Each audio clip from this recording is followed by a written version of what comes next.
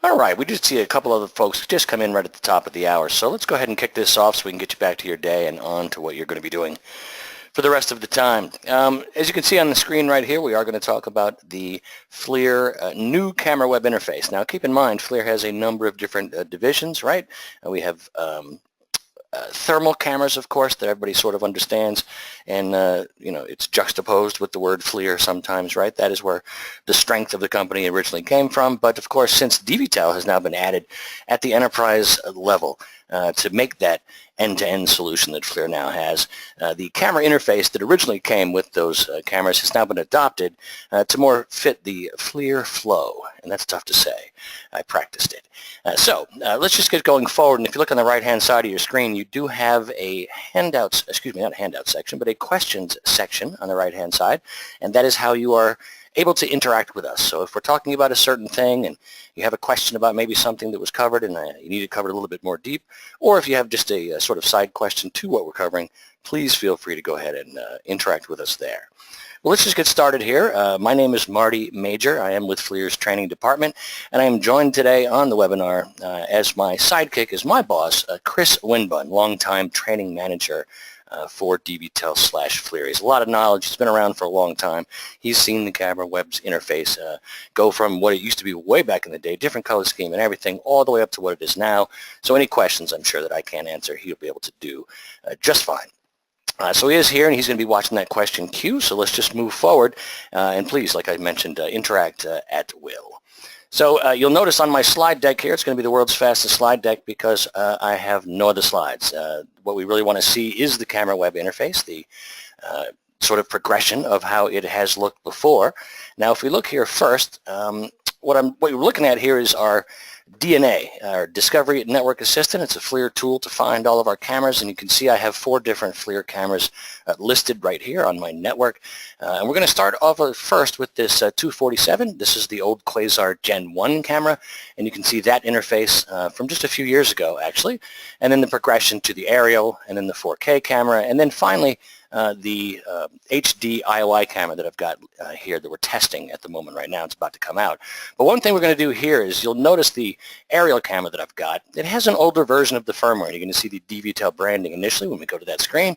And then we're actually going to update the firmware so you can see the new branding come in with the FLIR logos and whatnot. So I just wanted to show that. That was our DNA application. If you need more knowledge on how to use the DNA applications, it's a very easy tool. We do have a training video up on our website, so please check it out.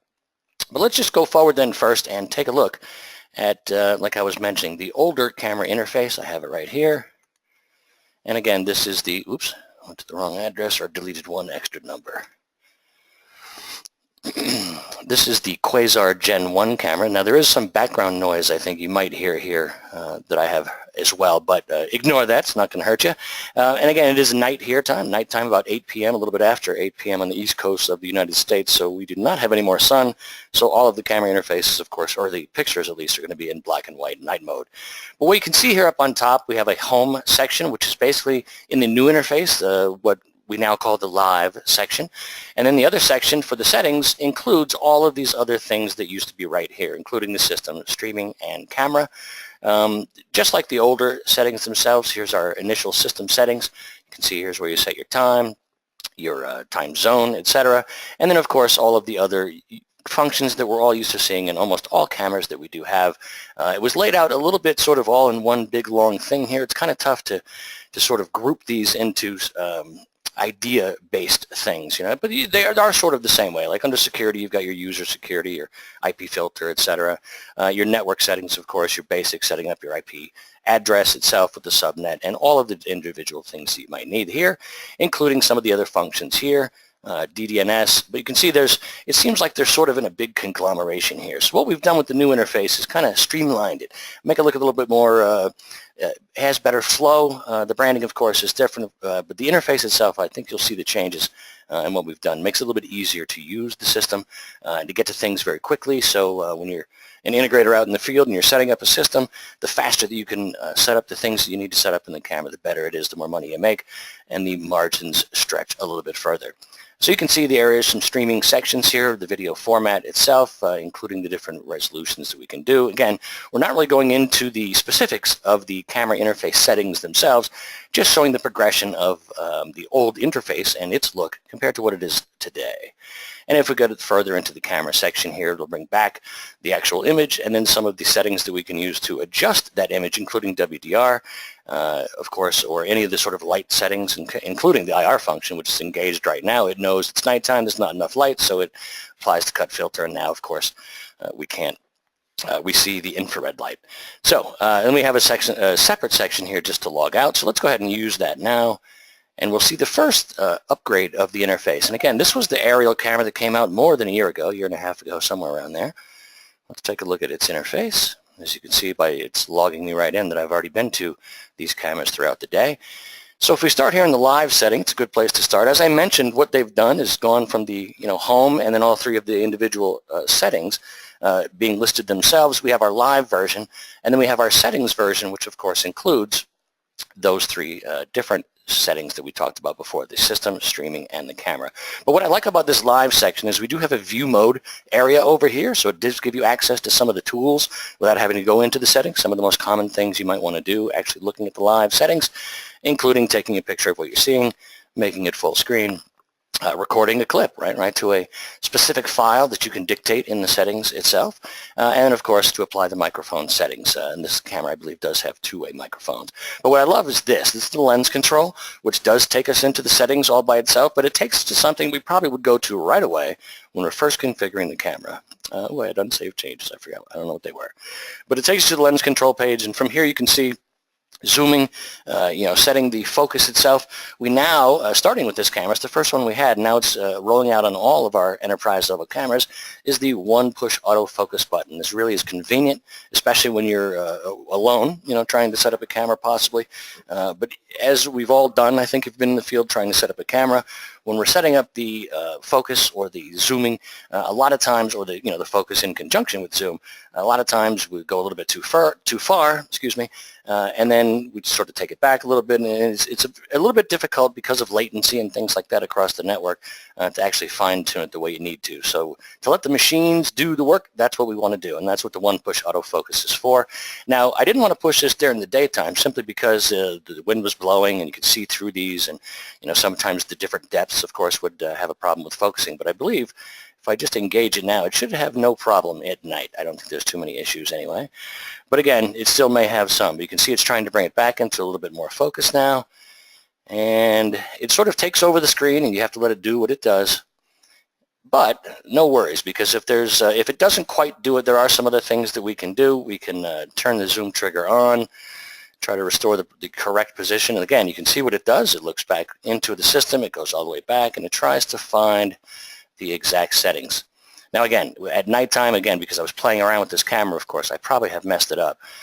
But I've done this enough times to sort of be able to figure out about where I need to be, as you can see. Now again, that's with professional, technology and skills that I've done this, mainly because I've been in this camera interface so many times.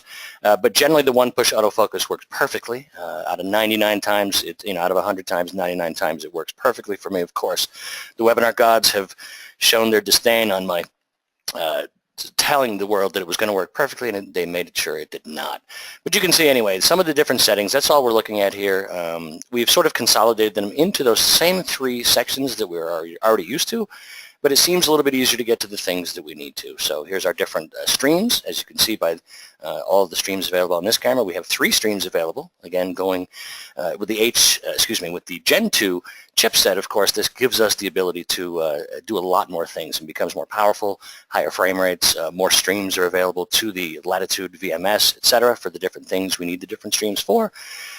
And if we go a little bit further down into the camera settings, of course, we have our exposure settings, including, again, our digital WDR on this aerial camera, and some of the other cool settings I think that we've got. Here's our day-night settings. We can actually, with these 2 slider bars right here, dictate when the camera actually engages in nighttime mode based on the lighting settings of the particular camera that we're looking at here. So, again, trying to make it easier. We get a lot of feedback from some of our people out in the field, our VARs, our manufacturers reps, even our customers, that there are certain features that they like to have and have available, very quickly to get in and get out and do the things they need to do.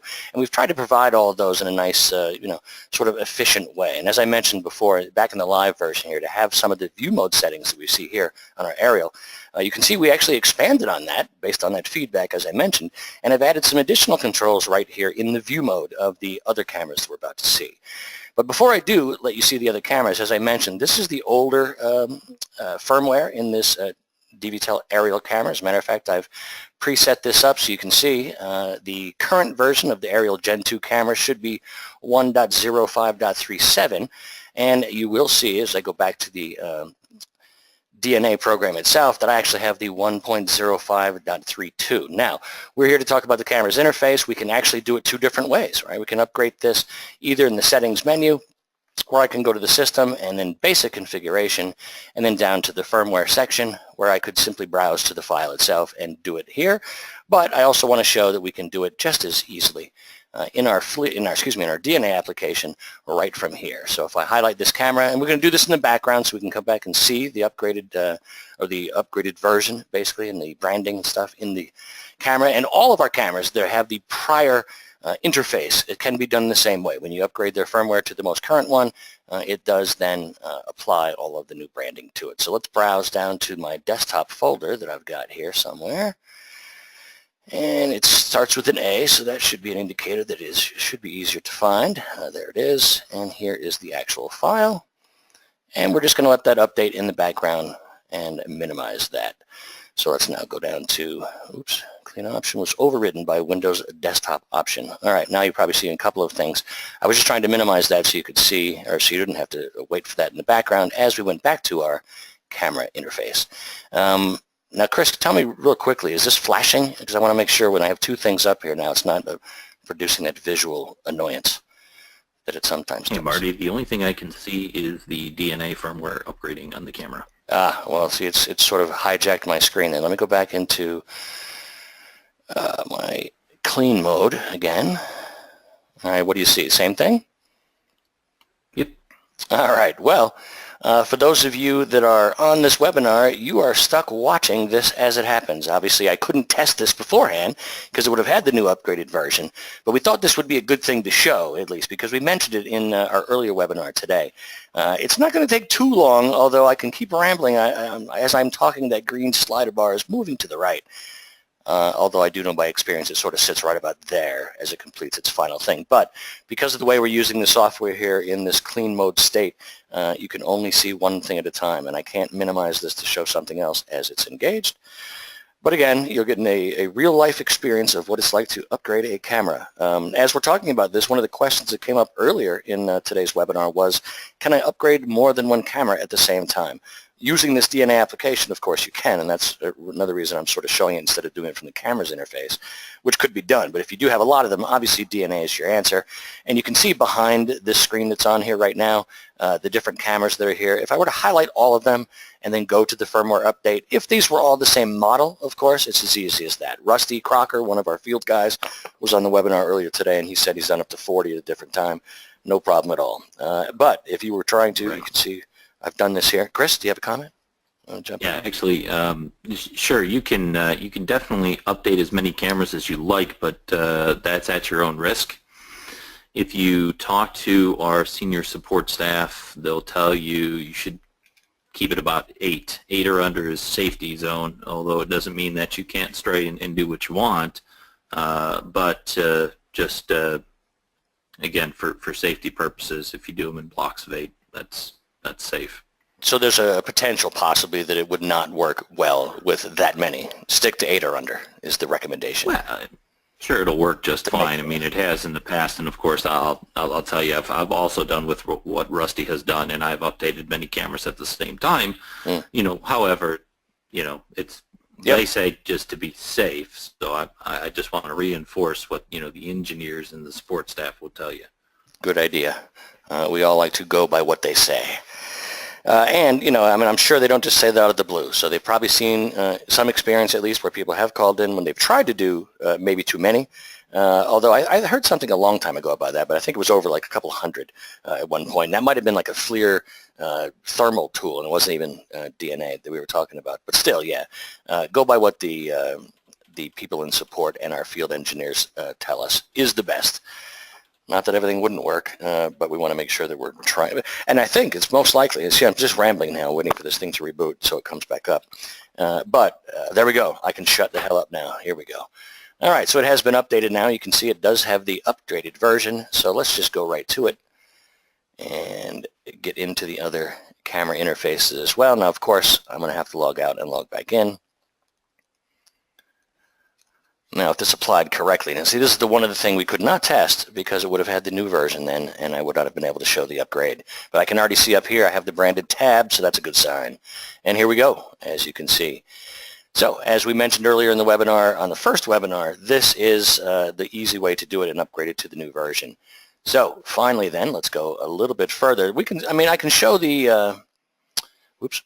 Too many numbers there. I can show the 4K camera so you can see, and I do sort of. Now keep in mind I have not updated this one as well, so we're going to be going back to seeing the DVTEL brand. However, I wanted to show this one simply because, as I mentioned, that view mode that we have here in our live settings, based on feedback from that original camera that we just saw, the aerial camera, we got a suggestion from folks that maybe we include some other settings here as well that would really help us out. As you can see, the one push autofocus is right here on the live screen. Don't even have to go into the settings to find it, but of course you could. But these other buttons here are also a huge help when you're trying to set these up using a remote tool like a web browser to set it up. There's some latency a lot of times that can happen in the networks that you're on, and a lot of times, as we already mentioned, sometimes if you try to over-focus and then it goes a little bit too far, and then you just move it backwards, try to catch up, and that goes a little bit too far, this sort of eliminates that because we have different steps that you can set this at, and you need to play around with these different steps to sort of get a feel for what each one or how much graduation each one has to the next one, and then simply, one click, and then you just wait and see what it does, and then if it doesn't go quite far enough, we click it again, and then go a little further, and then you don't have that sort of going too far, coming back, that sort of zeroing in effect that we sometimes get based on the latency using the web browser tool. But again, I could easily update this one to the newest version as well. I also have that one, but based on what we just did on the first one, let's ignore that one now and understand. The reason I showed the 4K camera was mainly, as you can see, the settings are virtually the same as we saw on the other one, so the interface is now coming into one sort of look. So now let's go to the camera that I already had updated, and this is the one. Let's log out here. I like to be efficient. All right, and let's go to the last one, and that one I believe is the 250. Now this camera is still in testing. I actually have it on my back deck as well with the other ones, and we're working on some different lensing controls on it.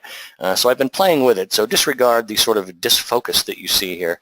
That again is based on stuff that I've done, but I wanted to show again, before we updated that last one, this was the only one I had with that FLIR branding, so we used them sort of in succession earlier today, but we talked about upgrading it and how that would change to the FLIR things. We wanted to do that during this webinar.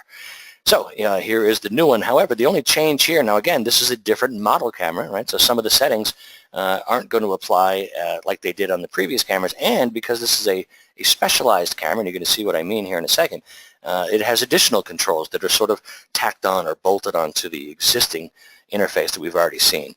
So you can see right here on the in the view mode for this camera, it is at one-time percentage right now. I could go to half its size, I could go to full screen, and it would do that.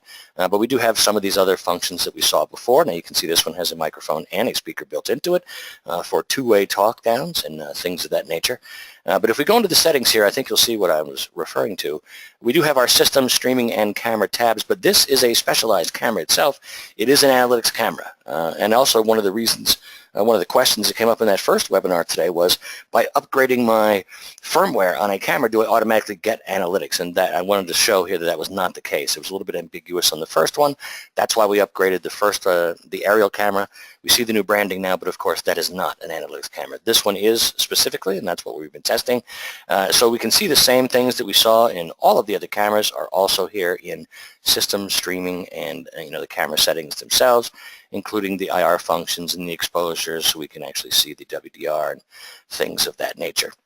But as you saw here, as I was alluding to, we have the additional analytics tab, which we've bolted on to the look that we're already familiar with.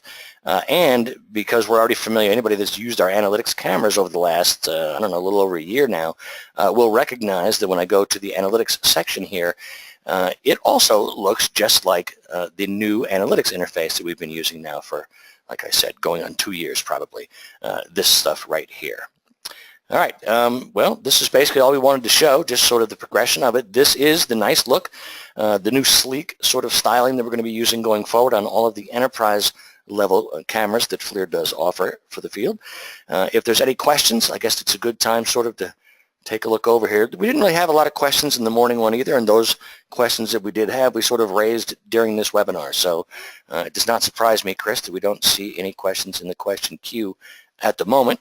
But like I usually do in a webinar, if you guys have any questions, there are going to be some people who maybe couldn't make it to this webinar and are watching the recorded version afterwards, which you guys will get a copy of as well, and maybe they had a question. So if so, and you are one of those people, or even some of our current attendees this evening, send me an email. It's marty.major@flir.com. That's marty.major@flir.com. And with that said, Chris, I'll pass it off to you for one more thing. If there's anything you want to add, something maybe I left out, now is the time to do it before we let him go, I think. Well, Marty, it looks like you covered everything that I expected. Excellent. And we are currently clear on questions. All right, that is what we want to hear because I don't know if anybody else on this webinar knows about it, but the Cubs and Cleveland game has just started. So it's a good time to end the webinar, and I will let you guys go. I hope to see you on the next one. And I did stage this last night. I forgot about this. I staged this page as well because I do want to point out that I know you guys know this page because you signed up for this webinar, but we do have a lot of online training stuff beyond just the webinars, including our training videos. We need input from the field. What kind of webinars do you want us to do? What kind of training videos would you like us to do? If possibly you weren't able to attend and you didn't even sign up for a webinar, you've got our recorded webinar section right down here. So pick and choose, find out what you need to learn about, and if there's something you don't see on here that you want, please let us know. Send me an email. And with that said, we are done. I hope to see you next time. Thanks. Thanks, Marty. Thanks, Chris.